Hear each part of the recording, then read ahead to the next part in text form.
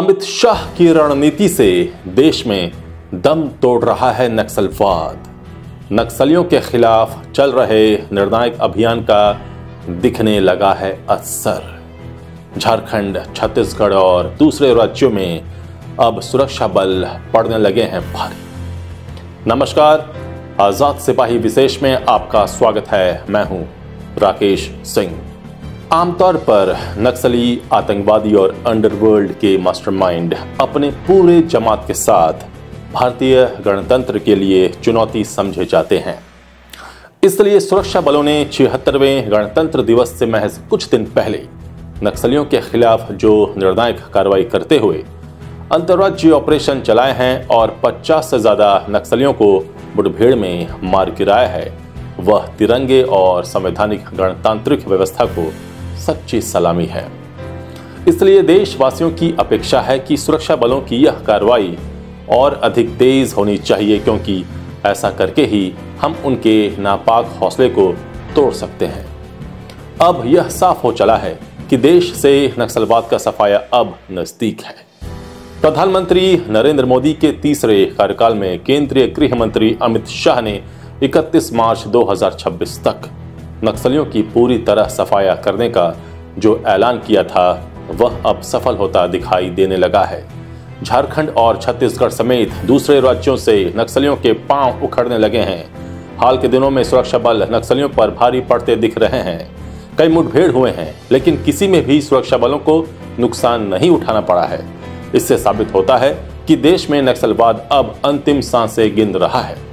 हाल के दिनों में नक्सलियों के खिलाफ चलाए गए अभियान के असर और सुरक्षा बलों को मिली सफलता का क्या है प्रभाव, बता रहे हैं आजाद सिपाही के विशेष संवाददाता राकेश सिंह।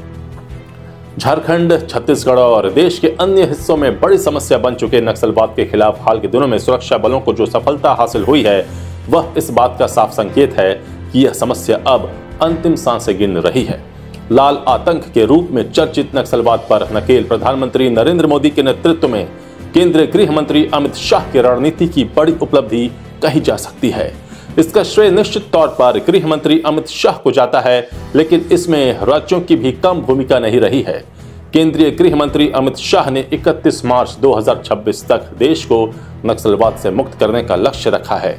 नक्सलवाद पर नकेल कितना कारगर रहा है, इसका ही असर है कि देश के अब सिर्फ 38 जिले ही नक्सल प्रभावित माने जा रहे हैं, जबकि पहले ऐसे जिलों की संख्या 120 से अधिक थी। नक्सलवाद से जुड़े सिमटते आंकड़े ही बता रहे हैं कि केंद्र सरकार की नक्सल विरोधी रणनीति की दिशा सही है। हाल के दिनों में सुरक्षा बलों की कार्रवाई में भारी संख्या में नक्सली या तो मारे गए हैं या फिर गिरफ्तार किए गए हैं।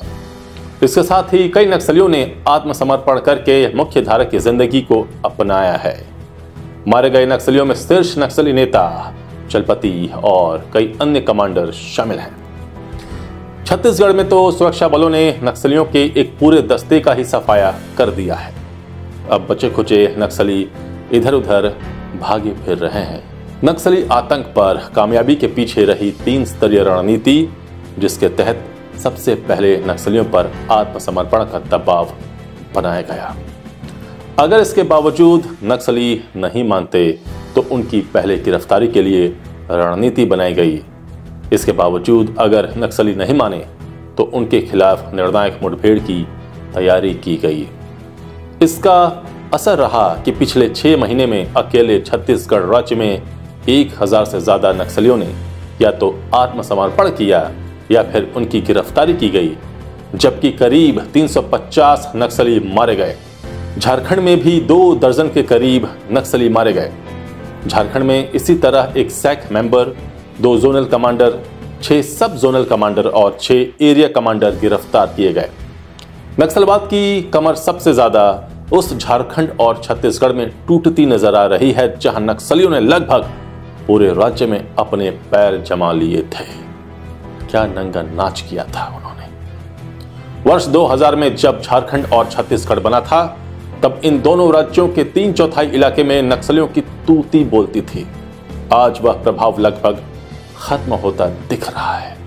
नक्सलवाद के लिए सबसे महत्वपूर्ण कारण नक्सल प्रभावित इलाकों में बुनियादी ढांचे की कमी को माना जाता रहा है। नक्सलवाद का समूल नाश करने के लिए मौजूदा केंद्र सरकार ने सबसे पहले इसी समस्या को खत्म करने पर जोर दिया। इसके तहत केंद्र सरकार ने विकास और बुनियादी ढांचे पर विशेष ध्यान केंद्रित किया। तमाम नक्सल प्रभावित क्षेत्रों के हजारों गांवों को सड़क, बिजली और पानी जैसी बुनियादी सुविधाओं से जोड़ा गया। इन गांवों में बुनियादी सहूलियतों को बहाल किया गया।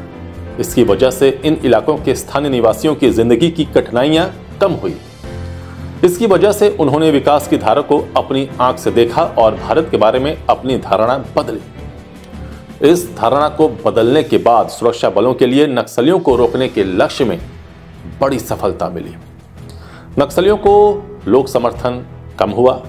इसके साथ ही सरकार ने आत्मसमर्पण करने वाले नक्सलियों को मुख्य धारा में शामिल करने के लिए आर्थिक सहायता और पुनर्वास योजनाओं की शुरुआत की।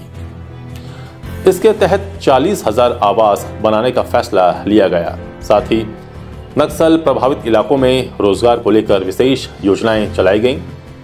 इससे न केवल हिंसा में कमी आई, बल्कि स्थानीय लोगों की जिंदगी की दुश्वारियां कम हुई। इसकी वजह से उन लोगों का मन बदला जो नक्सलवादी वैचारिक बहकावे में चल पड़े थे। बुनियादी ढांचा सुधारने, रोजगार की स्थितियां बेहतर बनाने और विकास की धारा को बढ़ाने के बावजूद लंबे समय से नक्सल प्रभावित रहे लोगों के लिए मुख्य धारा में लौटना या मुख्य धारा के प्रति भरोसा बनाना बिना सुरक्षा सुनिश्चित किए संभव नहीं था। नक्सल प्रभावित इलाकों में स्वास्थ्य और शिक्षा सहूलियतों को बढ़ावा देने के लिए युद्ध स्तर पर कार्यक्रम चलाए गए। पहले इन इलाकों के लिए स्कूल और अस्पताल सपना थे, लेकिन अब हालात बदल रहे हैं। इसके साथ ही एकलव्य मॉडल आवासीय विद्यालयों की स्थापना भी की गई है, जहां आदिवासी बच्चों को गुणवत्तापूर्ण शिक्षा दी जा रही है। इससे भी नक्सल प्रभावित इलाकों के लोगों का मन बदला है। स्थानीय समुदायों का सहयोग इस अभियान की सफलता का एक महत्वपूर्ण पहलू रहा है। अमित शाह ने प्रभावित क्षेत्रों में जनता से सीधे संवाद स्थापित किया है। ग्रामीणों को सरकारी योजनाओं का लाभ उठाने के लिए प्रेरित किया गया है, जिससे उनका जीवन स्तर बेहतर हुआ है। स्थानीय सुरक्षा बलों को मजबूत करते हुए उनकी मदद से नक्सलवाद को कमजोर किया गया है। इन प्रयासों ने न केवल जनता का विश्वास जीता है, बल्कि नक्सल प्रभावित क्षेत्रों में शांति और स्थिरता लाने में भी मदद की है। इस बीच नक्सलियों पर गहन निगाह रखने के लिए जहां खुफिया तंत्र को मजबूत बनाया गया, वहीं उनकी निगहबानी के लिए तकनीक का भी खूब सहारा लिया जा रहा है। ड्रोन जैसी तमाम तकनीकों के जरिए जहां माओवादियों की गतिविधियों पर नजर रखी जा रही है, वहीं सटीक सूचनाओं के चलते उनके खिलाफ प्रभावी कार्रवाई करने में भी आसानी हुई है। इसके साथ ही नक्सलियों के लिए की जा रही परोक्ष और अप्रत्यक्ष फंडिंग पर नकील कसी गई है। हालांकि सरकार के इस कदम को लेकर राष्ट्रीय ही नहीं, अंतर्राष्ट्रीय स्तर पर आलोचना झेलनी पड़ी है, लेकिन केंद्र सरकार ने अपना रुख नहीं बदला। इससे नक्सलियों की आर्थिक रीढ़ कमजोर हुई है। आजाद सिपाही के विशेष में अभी इतना ही। आप हमारे इस YouTube चैनल को जरूर सब्सक्राइब करें और भी अधिक जानकारी के लिए पढ़ते रहिए अपना लोकप्रिय दैनिक अखबार आजाद सिपाही। धन्यवाद।